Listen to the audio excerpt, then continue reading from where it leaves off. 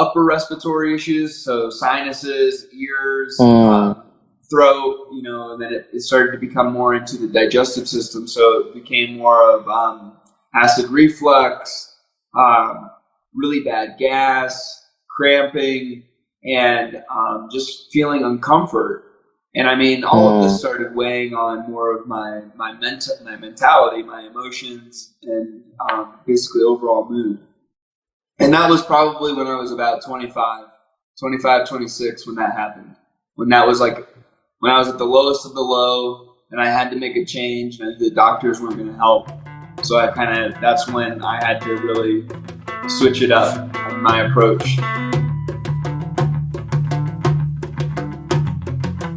Hello, everyone.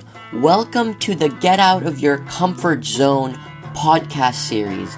I am your host, Farhan Bundeali, and I am an immigrant and a digital nomad. I strongly believe that growth, success, and wisdom comes when we step out of our comfort zone. I believe this is the secret to a great life, and I want to share the secret with you in my very special way. In today's episode, we will be speaking again with SinJin Larson. You will remember him from our first episode. SinJin will tell us about the path of self-healing he discovered to dig himself out of immense darkness and physical ailment. I hope you have a blast while listening to this episode. Woohoo!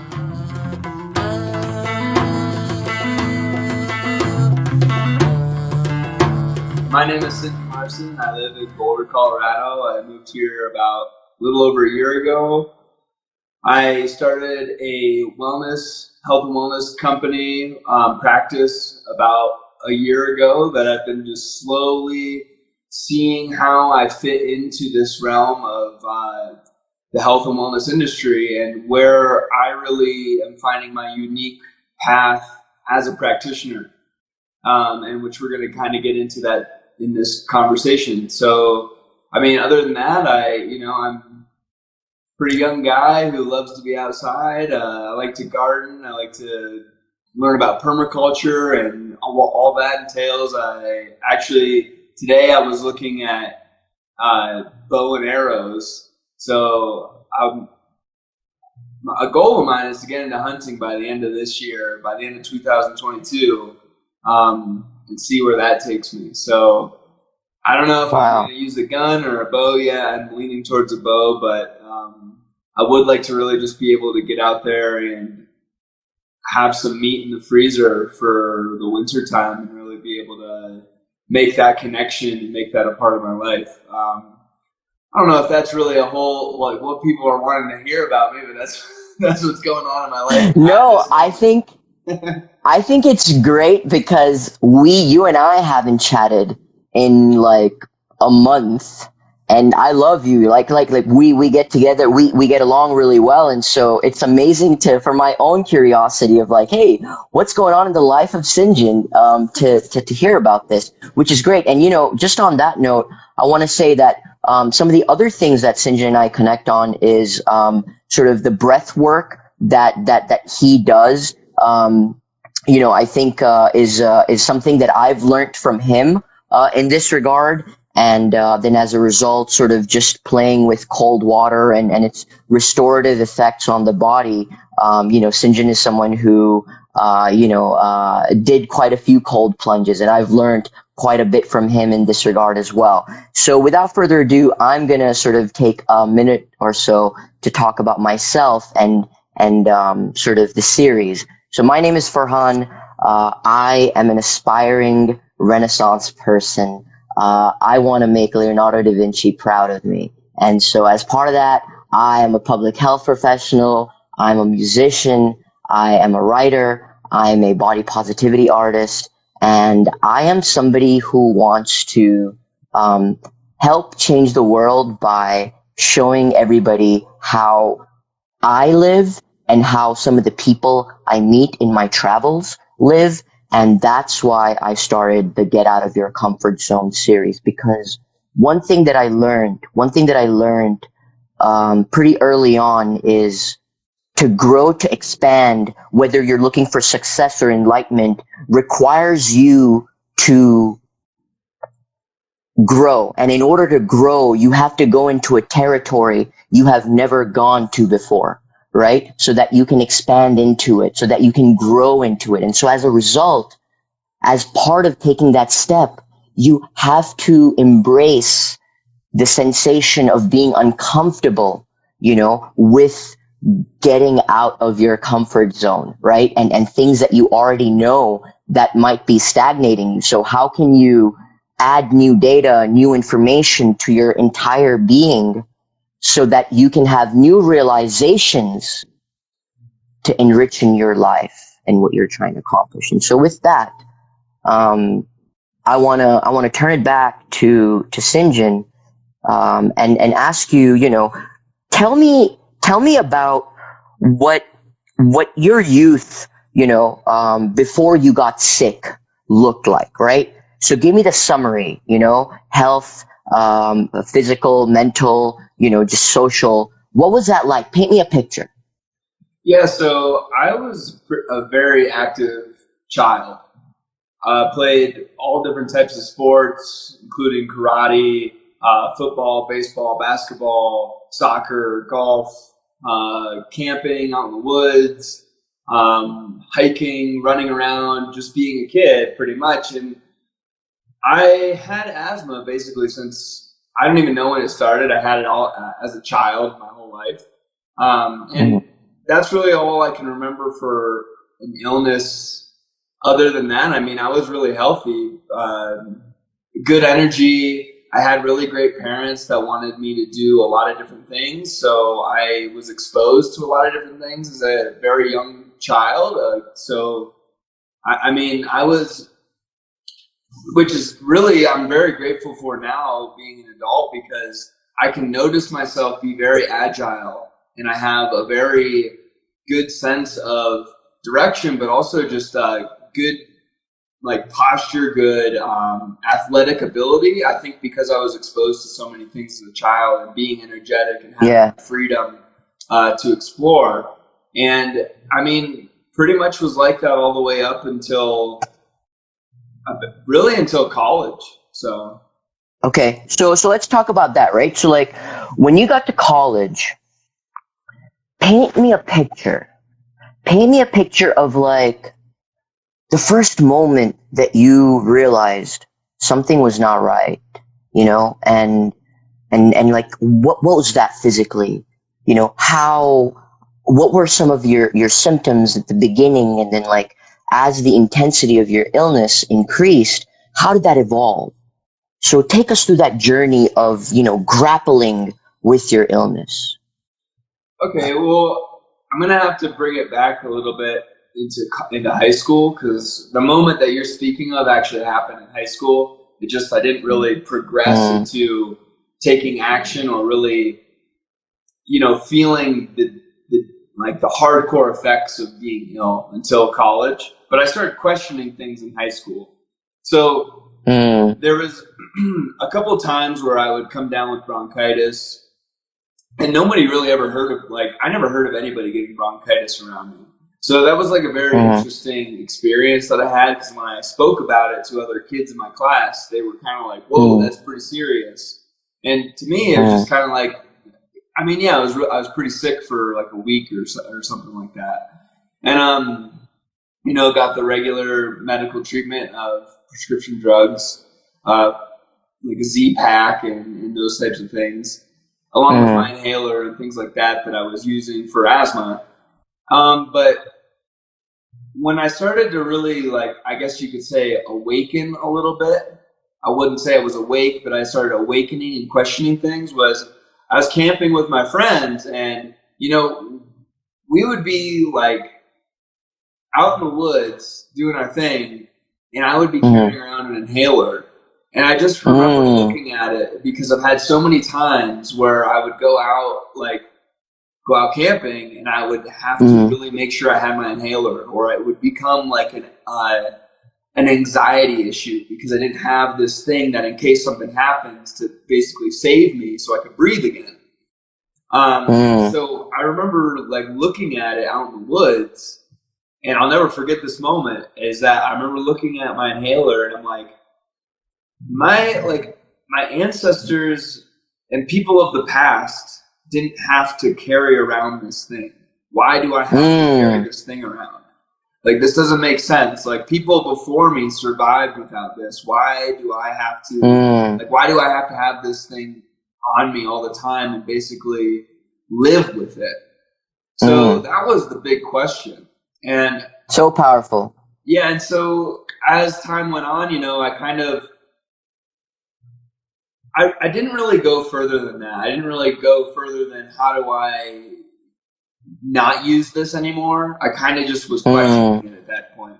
When I got into college, that's when I started obviously partying more, drinking a lot more. I was smoking at the time. None of these things are good for asthma, obviously, but they're also just not good for the immune system. So my immune system would tank like pretty heavily, especially with all the stress around like testing and work that you do in college, like trying to pass all the tests in your courses and exams and things like that. And just that added extra stress, the asthma, and then the all of that kept turning into more bronchitis, actually. So I had bronchitis like consistently, like multiple times in a year. And I would get the same kind of help of, Z-Packs, antibiotics, prescriptions, different types of basically just different types of drugs, really. And it'd go away, and then there came a point where it would only go away for about 10 days, and then I would be sick again. And that's when it was that's when there was like anger starting to build inside of me, because there was no solution at that point. It was like I could go in there and I already knew I knew what they were going to tell me. I just basically was like, give me the script. Let's do this for 10 days, and then nothing would happen, because I was living the same lifestyle. Gotcha. So basically, would you say the way you just described it, that was the penultimate, darkest, most severe set of symptoms that you had? No, I think it got a little bit worse as a few years after I graduated college. Tell us more. Because I kept kind of doing the same thing and not getting any better results, and then it turned into more digestive issues, and so it just basically it started snowballing is what happened. That it was from the respiratory issues to the upper respiratory issues, so sinuses, ears, throat, and then it started to become more into the digestive system, so it became more of acid reflux, really bad gas, cramping, and just feeling uncomfort. And I mean, all of this started weighing on more of my mentality, my emotions, and basically overall mood. And that was probably when I was about 25, 26 when that happened. When I was at the lowest of the low, and I had to make a change, and the doctors weren't going to help. So that's when I had to really switch it up in my approach. Okay, so while you were talking, right, I noted all of the ways in which Western medicine failed you, right? So antibiotics, this fixation on your respiratory system, bronchitis. There's something going on with the bacteria, so let's treat it with antibiotics. The other thing, that you said is just, anxiety related to, having to carry around your inhaler. And then when you got into some of the depths of the details around when things were at its worst, you were interacting with the healthcare system in those specific other ways that weren't really curing you. what else? What are some examples of, if there are any, of other instances that Western medicine tried to like say, oh, we're gonna try this, and it didn't work either. There wasn't too many other ways. I remember going Okay. into an ENT, which is an ear, nose, and throat specialist, and Mm-hmm. they put a scope down my throat, and they were saying I had some polyps and some other things going on. It was really red, but they couldn't really, they couldn't really diagnose anything with the scope other than what it was like. It was called like laryngeal something, some long word that I can't even remember. I can barely pronounce, obviously. And Yeah. I asked the woman, the specialist, because she wrote me another script and told me what I needed to do, and she actually gave me a sheet that had like a list of 5 different foods. It had like garlic, tomatoes, and some other foods on there that were like you should avoid these foods. And I just asked her. I was like, well, isn't there anything? Because at this point, I've done like quite a bit of research on what's going on, and I just asked her like, okay, well, isn't there any more like dietary things that I need to be looking into? And she looked at me and she's like, well, I actually only took 1 semester of nutrition course throughout my whole training to become a doctor. And she was like, it sounds like you're very interested in it, so maybe you should go and like take some nutrition classes or courses, because I wasn't really trained in that. And that's when it hit me of like, okay, I'm talking to somebody who has like no idea of another way. Yeah, and you know what, man? Right now, I want to recognize the honesty of your doctor with you. Yeah. She put her ego aside and said, I don't know that much because I only took such a limited amount. And acknowledging your intelligence, your role, your stake as somebody who's engaged in their healthcare, and empower you to pursue that. I think that is special. That is unique. And I want to acknowledge that. It's super special. She was the first person that actually gave me essentially a North Star to look somewhere else. Because if she wouldn't have said that, I wouldn't have really known. And I would have been able to look for it more because of the strongness of depth that I needed to heal, but I wouldn't have been able. It wouldn't have been as like it was almost confirmation of like, hey, there's something else out there. I don't know what it is, but maybe you should go and figure that out. And I've been always grateful for that one specialist because of her being able to say exactly that. So let's take a bit of a step back because, you mentioned how at this point when you had this very important meeting with your physician that you'd already been doing a bit of research around, contributing factors. So let's take a step back and walk me through the journey, right, of how you uncovered or gained awareness to there might be a way out, or like, saw the first,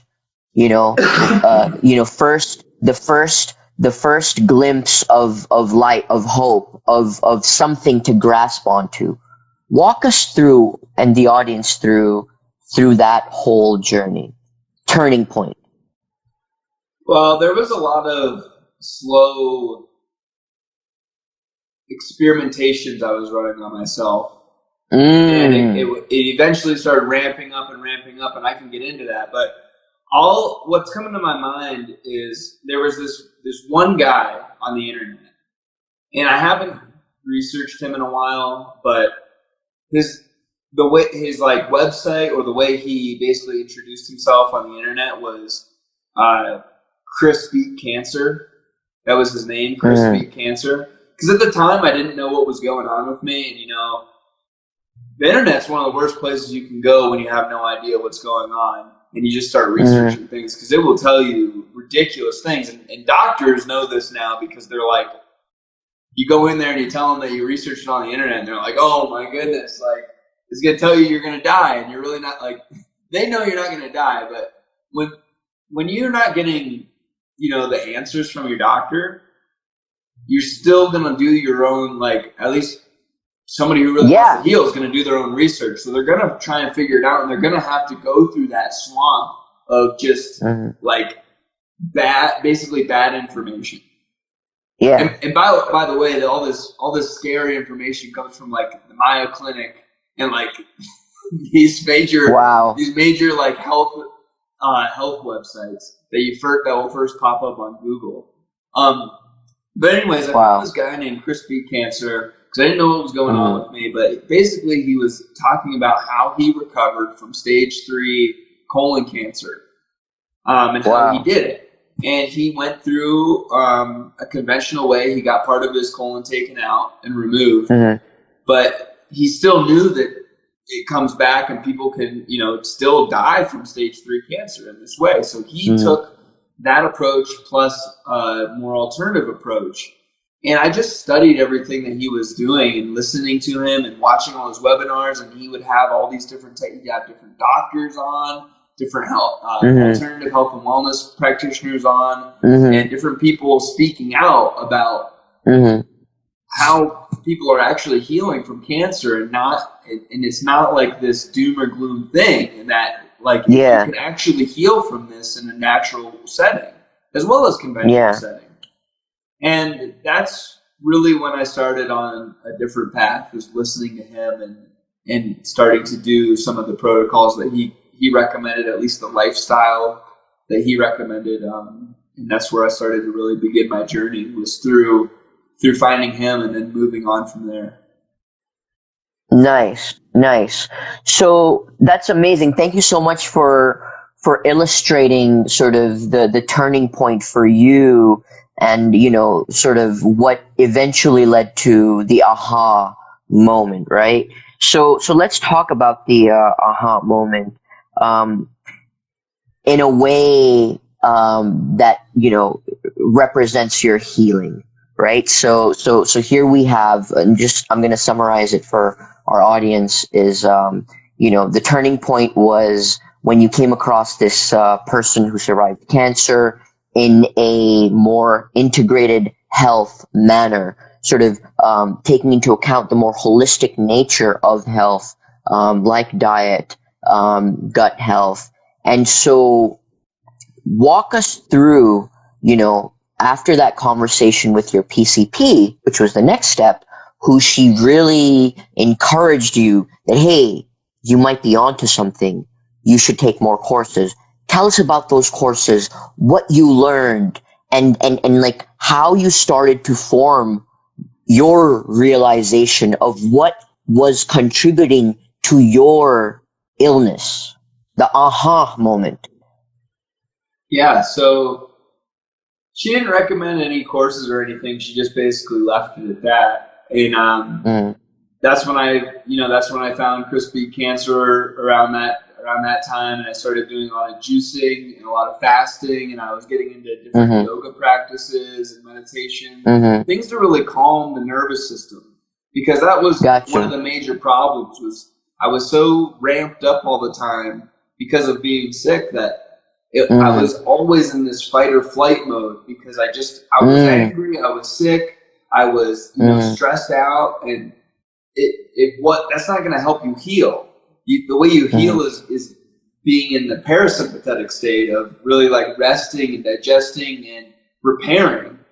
And so as time continued on, I basically did a lot of things, like I said, through the internet, just experimenting with myself and all these ways of fasting and just trying anything alternative. I didn't really think of anything integration wise at that point. At this point, I'm looking at all the extremes. I'm looking at like breatharians and the vegan raw vegan diets and just juicing and like just going really extreme for like a few months of doing different things. And probably more like closer to a year or two. And eventually I came across a podcast that really went into what integrative health is. And he's a naturopathic doctor. He talks about all these different imbalances that he has helped people overcome. And I just would listen to his podcast every single day, multiple times a day, for close to 6 months. And it sounds like a long time, but I was very skeptical as well because I've been trying all these things and I wasn't getting the results I wanted. And, I just had a lot of questions, but everything that he was saying, was ticking the boxes. Like it made sense to me in my mind. And eventually, I got some functional medicine lab tests and I had those read to me by a health coach from Boston, Massachusetts. I was in the Florida Keys at the time, so it was pretty, in my mind, a risky move. I didn't have a lot of money, so I just spent a bunch of money on a lab test. And to hear about results from somebody that was, all the way on the other side of the country, and got the results, and she gave me her recommendations, and I literally just took her recommendations and I just followed them step by step, and I got a lot of results very quickly, like within 3 months. And that was the aha moment, was like essentially doing research, and from that research, making the best decision that I could for what I knew from all the research I've done, and just trusting it and just putting my faith into it that, I did my homework. I'm going to follow through with what I just invested in and not like mess with it. And it wasn't easy. I'll even say that I didn't follow the protocol to a T, but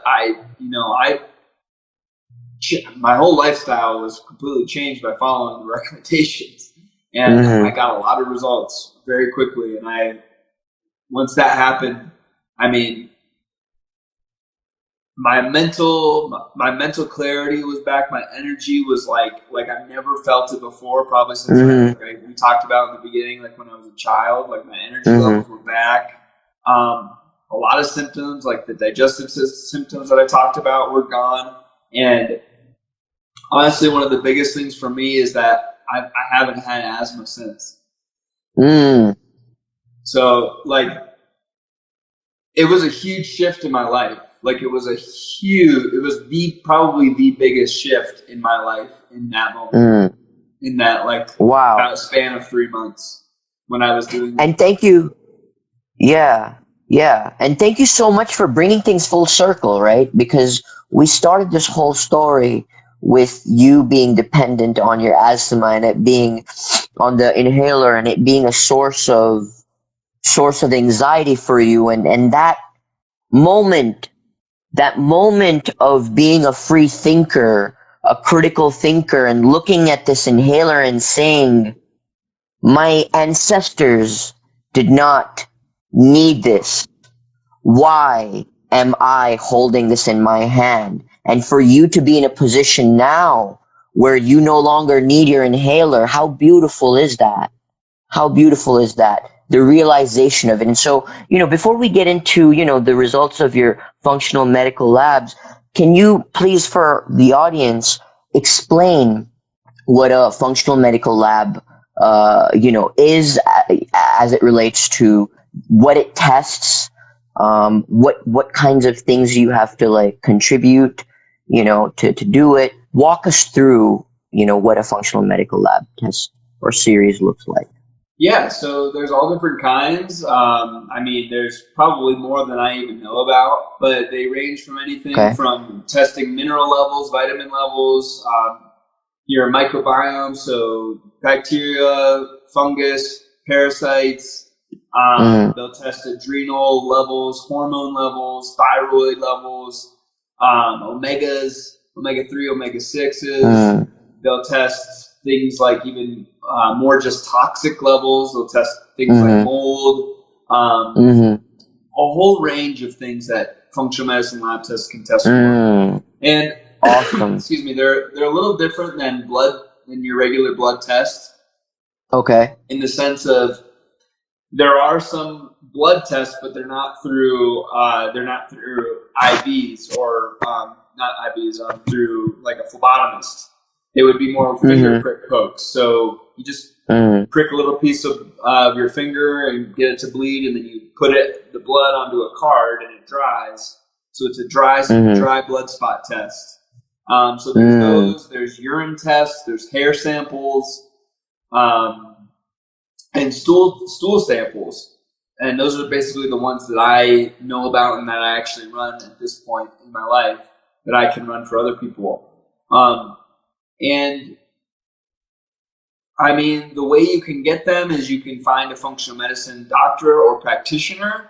You can ask your doctor, your MD that you have now, if they can run anything like that. I'm not too sure. They might be able to, but I don't know if they would know how to read them, if they would know how to interpret them because of their training. Yeah. Or you can come to someone like myself. And basically, I mean, they can do them in-house for you, the practitioner or the doctor, or you can do like ones like I use.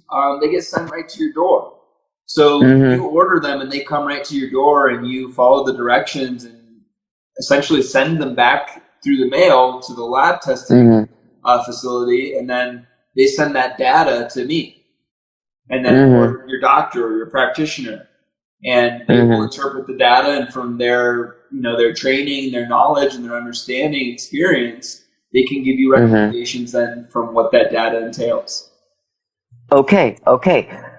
Great. And I don't think we need to get into the details of like specifically what your test results read and like, but suffice it to say that, once we knew what was off in your functional medical lab exams, the naturopathic doctor that you consulted with, was able to give you recommendations, and as a result, you saw, very soon, differences in how you were living. And so my question to you is, a naturopathic doctor did that for you.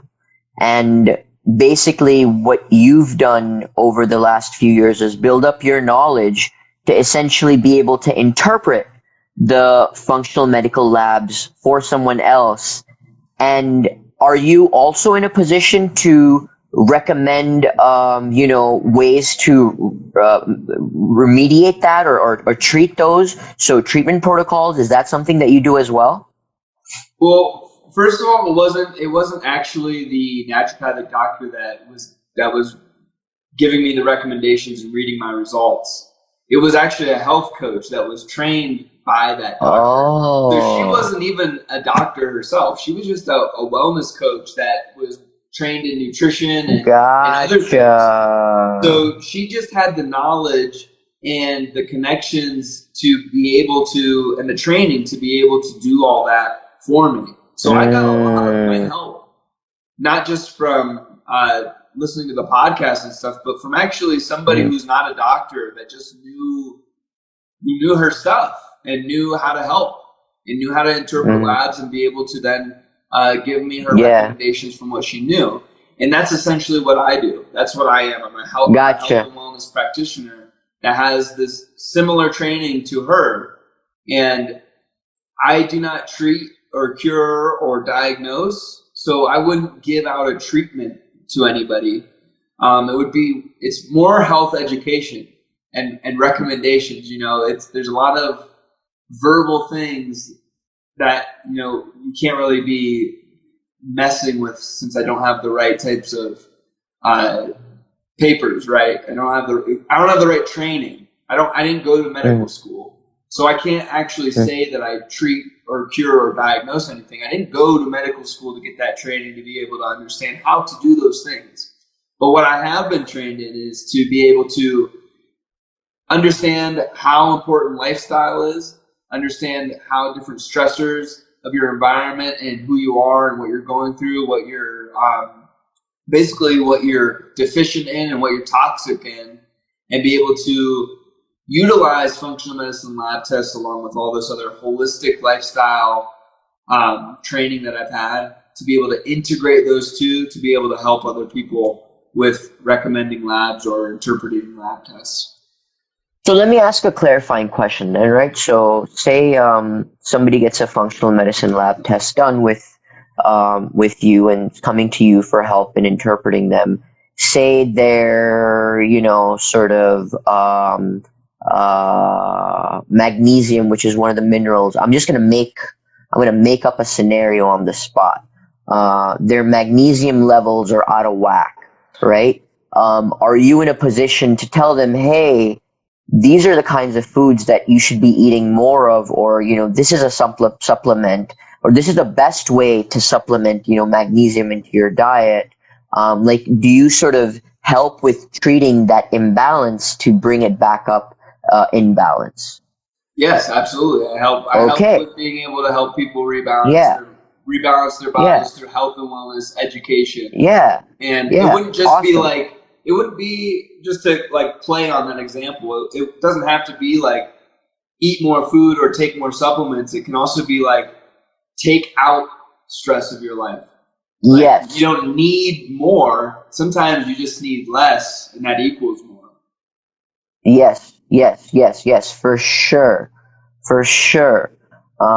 Especially if it's, so part of what you might be doing is doing a comprehensive, sort of assessment of, what does your typical diet look like now? Do you smoke? Do you drink? What kind of job do you have? And so like really getting to know this individual. So here's my question, right? So what value do you add as part of your service, right? So like compared to this health coach and what they charge you to basically help you, how does your service add value? Like, do you offer, because you're sort of starting out comparably, you're more affordable, or do you have like, what is your edge, or, talk to us about how you add value in this regard. Well, I pretty much follow the same guidelines and principles as the health coach that I went to.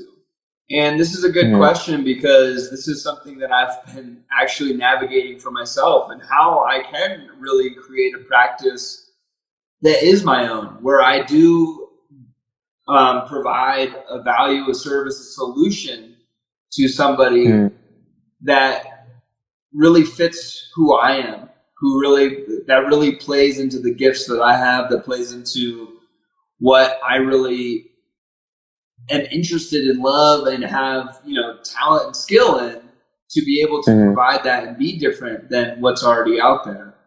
So that is actually something that I have been learning and developing in myself over the past year, because I did start out basically just following it by the books, and that can get results, but in a way it wasn't really working for me because I wasn't very enthusiastic about it as I needed to be, as I wanted to be. And that's really been my own journey through the last year of really discovering what my edge is, where that value is that I can provide in that uniqueness, that niche, or whatever it may be, to be able to provide to people. But I think suffice it to say, having known you and like worked with you, that you're very hungry. You're starting off.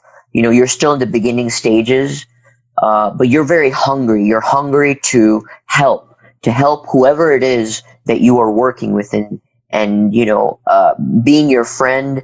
I kind of get the sense that, you, in this regard, because this is so deeply personal to you, that you you naturally you end up going above and beyond, for whoever it is that you end up working with. And so like the value that you add is like whatever you end up charging them, you're doing for them way more than somebody else who's just maybe a health coach, right? And who was like trained in this. You lived this illness, and as a result, how you can relate with your patients, your clients, ultimately will come out in a way that's very powerful. Absolutely, man. Thank you so much. I mean, this is getting out of my comfort zone. Yeah. Starting a practice, being able to say that I am an integrative health practitioner, that I can run functional medicine lab tests, that I can help people with their lifestyle and really help them with chronic illnesses that doctors have not been able to, it's a huge step, man. It's something, because I don't have 10 years of experience I don't have 10 years of education of schooling to give me a degree in something that people really rely on for their, this is their health. People really need to be, they're investing in somebody. They're investing in somebody to help give them answers, to help them along to where they want to be, to live a better life, to feel alive within themselves and their environment. And, everything that I've learned, it is stepping out of my comfort zone to be able to just put myself aside, get out of my own way, and be able to really be there for others in a way that I never have been before. The reason that I love you is that you're stepping out of your comfort zone in such an honest, way, filled with the pursuit of enlightenment and with a purpose that is truly beyond just you. It is in a way for the greater good to help those outside of yourself. So that is truly commendable. I want to thank you so much for making the time to be here, sharing space with me and sharing your story, your journey, your business. Before we sort of end for the evening, could you please share, your Instagram handle, sort of so that, those who might be listening after, if they're interested in reaching out to you, that they have a way to do so. Yeah, absolutely. I mean, first, I just want to say thank you, brother. I mean, man, you are so enthusiastic, and I can't wait to interview your pioneering, loving spirit. I can't wait to hear about all the travels that you've been on and the music that you've been making and the person that you are becoming. So I look forward to doing that interview on this Getting Out of Your Comfort Zone series. So thank you so much. And yeah, people can find me on this handle. I'm going to be, I've been in this transitional phase for a few months now, so I haven't been too consistent with my posting. So really, if they want to actually get to know me or get in touch with me, I would say email me at SinJin@integrativenative.com. They can email me there, or they can message me here on Instagram through this handle Integrative Native, and those are the best ways to probably get a hold of me. So okay, so really quick, your email is SinJin, spelled SIN as in Nancy, JIN, at integrative. Is there a underscore for your email? So integrative native, all one word, integrativenative.com. So SinJin at integrativenative.com. Correct, you got it. And your Instagram handle is integrative_native. Yes. Perfect. Awesome. Well, folks, that's all we got for today. Hope you had a good time. And, until the next episode, keep living your best life and make sure you get out of your comfort zone.